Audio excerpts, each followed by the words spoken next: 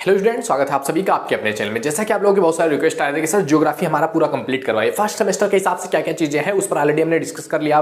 कैसे आपको एग्जाम देना है, कब आपके एग्जाम होने वाले, फर्स्ट सेमेस्टर का एग्जाम कब होगा, सेकंड सेमेस्टर का एग्जाम कब होगा, ये सारी डिटेल्स, सारे जो भी आपके माइंड में क्वेश्चन आते हैं ना, सारे क्वेश्चन हम ऑलरेडी उसका जवाब प्रोवाइड करवा चुके हैं। बहुत सारे वीडियोज आ रहे हैं, आपकी यूनिवर्सिटी के हिसाब से भी वीडियोज आ रहे हैं, तो जरूर आप कमेंट करके मुझे अपनी यूनिवर्सिटी का नाम बता दिया कीजिए, क्योंकि आपकी यूनिवर्सिटी से रिलेटेड क्या न्यूज है वो सारी चीजें यहाँ पे हम कवर कर रहे हैं। ओके दोस्त, तो चलो स्टार्ट करते हैं। आज का जो हमारा चैप्टर है, जो हमें पढ़ना है बीए फर्स्ट ईयर के फर्स्ट सेमेस्टर का जो चैप्टर कह सकते हो आप इसको, या लेक्चर कह सकते हो कि मतलब हमारी ये 5वीं वीडियो है, लेक्चर नंबर 5 बोल सकते हो, क्योंकि चैप्टर तो नहीं बोल सकते ना। पृथ्वी की उत्पत्ति को लेकर के हमने 3 वीडियो बनाया हुआ है, lecture second, lecture third, lecture fourth, तो उसको चैप्टर नहीं बोल सकते बट लेक्चर बोल सकते हैं।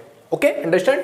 तो आज हमें पढ़ना है इस वीडियो में पृथ्वी की आंतरिक संरचना कि पृथ्वी की आंतरिक संरचना क्या है, क्योंकि जियोग्राफी में क्या पढ़ते हैं हम, पृथ्वी के बारे में, अपने आसपास की चीजों के बारे में। तो जब भी आप धरातल के बारे में जानने की कोशिश करेंगे तो वो कहीं ना कहीं जाकर के धरातल के अंदर की चीजों से, पृथ्वी की आंतरिक संरचना से वो जाकर के कहीं ना कहीं कनेक्ट करती है। तो पृथ्वी के अंदर से कैसी है हमारी पृथ्वी का आंतरिक स्ट्रक्चर कैसा है, ये चीज जानना हमारे लिए काफी इंपॉर्टेंट हो जाता है, क्योंकि जब आप वो जानोगे तो फिर हमारी पृथ्वी पर वो चीजें क्यों हो रही हैं, शायद उसका कहीं ना कहीं से आपको कनेक्शन मिल जाए। तो पृथ्वी को जानने के लिए कई सारे नियम अपनाए गए, कई सारे तरीके अपनाए गए कि पृथ्वी को कैसे जाना जा सकता है। उसके 2 तरीके हो सकते हैं पृथ्वी के बारे में अगर आपको जानना है। उसका पहला तरीका हो सकता है एक अप्राकृतिक साधन, एंड सेकंड हो सकता है प्राकृतिक साधन।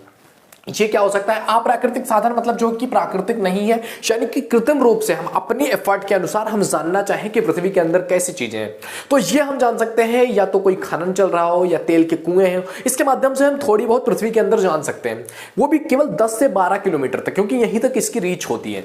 और हमारी पृथ्वी कितनी है? 6371 किलोमीटर अंदर हमारी पृथ्वी का कोर है।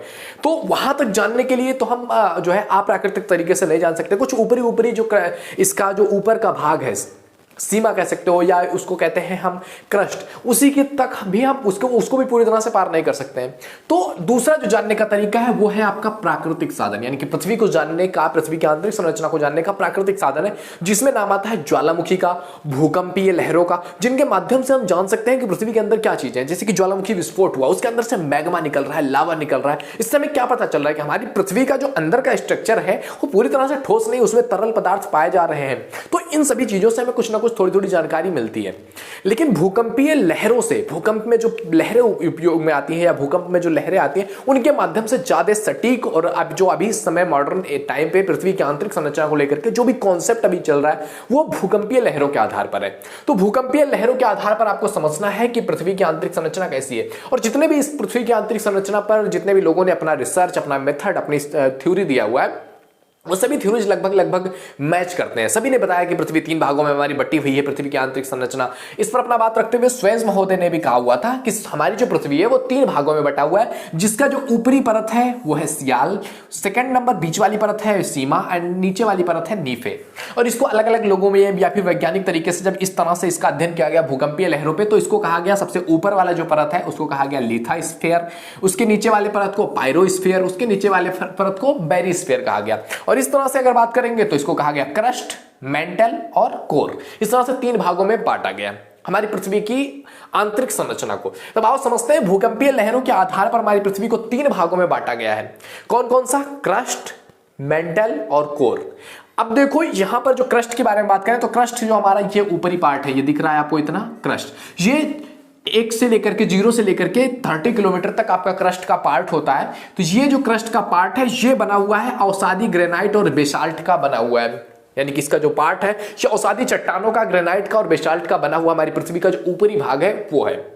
इसके बारे में बात करें तो ये 0 से 30 किलोमीटर है, और यहां पर जो घनत्व है पृथ्वी का, हमारी पृथ्वी का जो यहां पर घनत्व है वो 2.9 है। यहां पर डेंसिटी हमारी पृथ्वी की कितनी है? 2.9। जो हमारी पृथ्वी की ऊपरी सतह आपको दिख रही है घनत्व कितना है? 2.9। एंड ये गहराई जो क्रस्ट है इसकी गहराई कितना है? 30 किलोमीटर तक। ओके, इसके बाद आता है आपका सेकंड पार्ट जो कि है मेंटल। सेकंड जो आपका स्टार्ट होता है 30 किलोमीटर के बाद वो कहलाता है क्या? मेंटल। अब मेंटल जो आपका है वो 2 भागों में बटा हुआ है, एक है अपर मेंटल, एक है लोअर मेंटल। अपर मेंटल कहां तक है? 0 किलोमीटर से लेकर के 700 किलोमीटर, मतलब 30 किलोमीटर से लेकर के 700 किलोमीटर तक, यानी कि पृथ्वी की जो क्रस्ट है उससे लेकर के 700 किलोमीटर तक की दूरी क्या कहलाती है? अपर मेंटल यानी कि ऊपरी मेंटल भाग, और निचली मेंटल होता है 700 से लेकर के 2900 किलोमीटर तक। ये जो पार्ट है ये आपका लोअर मेंटल का पार्ट है। और जहां पर जो पृथ्वी की डेंसिटी है, घनत्व है, वो कितना है 5.5 है इसका घनत्व।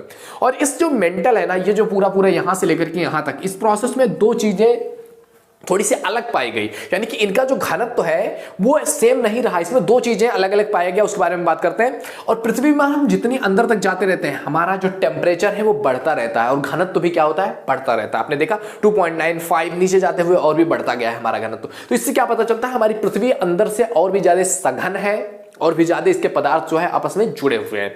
अब इसमें बात करते हैं, इसमें दो चीजें मेंटल में पाया गया। एक है आपका महोविसंगत तल, यानी कि एक तल ऐसा पाया गया 1 किलोमीटर तक का पूरा परत, जो महोविसंगत तल के इसको नाम दिया गया, वो कहां पर पाया गया, आउटर कोर के जस्ट ऊपर और मेंटल का सबसे लोअर पार्ट है। यहां पर 1 किलोमीटर तक का 1 किलोमीटर की मोटी परत पाया गया, जो कि काफी सघन पाया गया। और इसके बारे में कैसे पता चला, जब जो भूकंपीय लहरें हैं वो पृथ्वी के अंदर जा रही थी, जब इस पार्ट पर पहुंची तो इसका स्पीड बहुत ज्यादा तेज हो गया।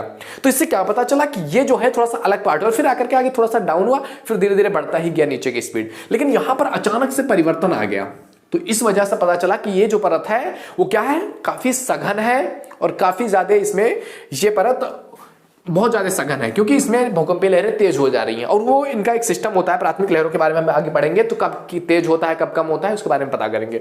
इसके बाद दूसरा आता है आपका निम्नगति मंडल। निम्नगति मंडल क्या होता है, 100 से 200 किलोमीटर, यानी कि जो क्रस्ट के बाद 100 से 200 किलोमीटर का जो ये पार्ट होता है, ये अपर मेंटल का पार्ट, वो कहलाता है आपका निम्नगति मंडल।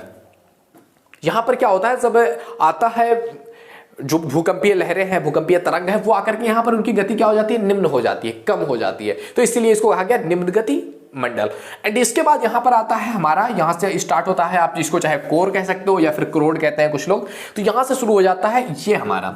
और इसको भी दो भागों में बांटा गया है, एक है आपका आउटर कोर और एक है आपका इनर कोर। आउटर कोर और इनर कोर, ये दोनों की लंबाई, आउटर कोर है 2900 किलोमीटर से लेकर के 5150 किलोमीटर तक, और 5150 किलोमीटर से लेकर के 6371 किलोमीटर तक जो है वो कहलाता है आपका इनर कोर। और यहां पर टेम्परेचर नीचे जाते हुए लगातार बढ़ता रहता है, और यहां जो हमारा कोर है, इस कोर में इसकी जो टेम्परेचर होती है वो होता है 4500 डिग्री सेल्सियस, एंड जो डेंसिटी होती है वो 12 से 17 तक होती है डेंसिटी।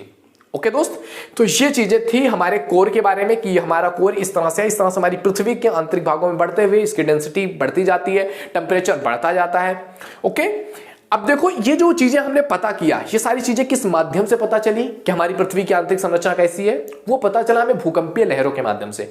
भूकंपीय लहरों के माध्यम से हम जान पाए कि कहां पर हमारी पृथ्वी कैसी है, उसके अंदर कौन सी चीजें हैं। तो भूकंपीय लहरों के बारे में, भूकंपीय साक्ष्यों के बारे में समझते हैं। इसमें दो तरह की लहरों का उपयोग किया गया, एक लहर है आपका प्राथमिक पी और दूसरा है प्राथमिक यस। इन दोनों लहरों के बारे में बात किया और इनकी प्रकृति के माध्यम से ही हम समझ सकें, इनकी प्रवृत्ति किस तरह से है, उसके माध्यम से समझ सके कि पृथ्वी के अंदर क्या चीजें हैं।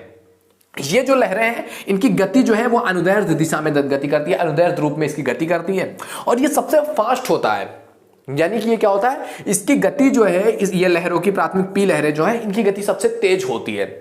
इनकी गति जितना ज्यादा, घनत्व क्या होगा, बढ़ेगा। घनत्व क्या हो रहा है, बढ़ रहा है, उतना ज्यादा ही स्पीड बढ़ेगा। यानी कि ये जो प्राथमिक पी लहरें हैं, इनकी जो प्रवृत्ति है वो क्या है कि अगर कोई घनी चीज आ जा रही है तो उनकी स्पीड क्या होगी, और बहुत ज्यादा बूम हो जाएगी। उसी तरह से यहाँ बताया था ना, यहाँ जब आया तो इसकी क्या हुई, स्पीड बहुत ज्यादा बूम हो गया। तो पता चला अरे यार यहाँ क्या हो गया, मतलब पता चला कि वहां पर क्या है, डेंसिटी ज्यादा है। और ये नीचे जाते हुए क्या होता है, इसका स्पीड बढ़ता जाता है, क्योंकि नीचे क्या है, डेंसिटी बढ़ती जाती है। आपको पता है इसकी जो स्पीड है, जो आपका पी लहर है, इसकी स्पीड कहां पर, क्रस्ट में 6 किलोमीटर प्रति सेकंड है। यानी कि जब ये क्रस्ट में एंटर कर रहा है तो 1 सेकंड में केवल 6 किलोमीटर की दूरी तय करता है ये भूकंपीय तरंग। लेकिन जब ये नीचे आता है और ये कोर वाला पार्ट स्टार्ट होता है, तो कोर में ये 11 से 23 किलोमीटर प्रति सेकंड की स्पीड बढ़ जाती है, यानी कि लगभग 3 से 4 गुने आपकी स्पीड बढ़ जाती है। तो इससे हमें पता चला क्या, कि जब हमारी इसकी स्पीड बढ़ती है, कि इसको पहले टेस्ट किया गया कि कहीं अगर ठोस पदार्थ आ जा रहा है, डेंसिटी जिसकी ज्यादा है, तो उसमें इसकी स्पीड क्या है। तो वो जब पृथ्वी के अंदर इंटर कर रहा था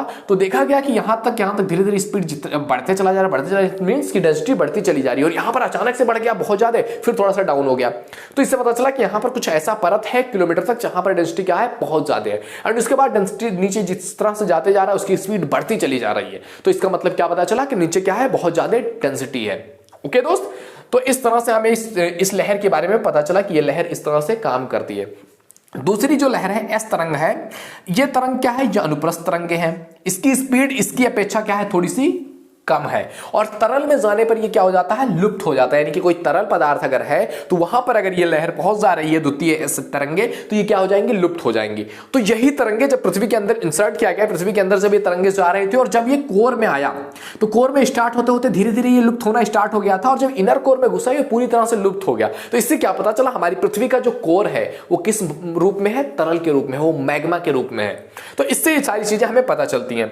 इसके बाद आता है एक तरंग और जिसका यूज थोड़ा बहुत किया जाता है, वो है आपका धरातलीय तरंग, यानी कि धरातल के क्षेत्र में। तो ये तरंगों की स्पीड सबसे कम होती है और ये धरातल से होकर के ही चलते रहते हैं, मतलब ये इनका जो भी काम है वो क्रस्ट में ही होता है। तो इस तरह से हमारी पृथ्वी के बारे में हमें जानकारी मिलती है।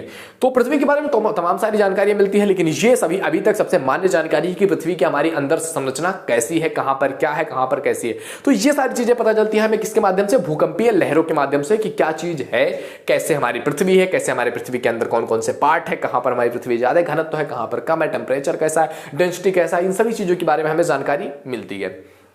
तो आई होप इस वीडियो के माध्यम से आपको पता चला होगा कि हमारी पृथ्वी की आंतरिक संरचना कैसी है, इसके बारे में कैसे जानते हैं।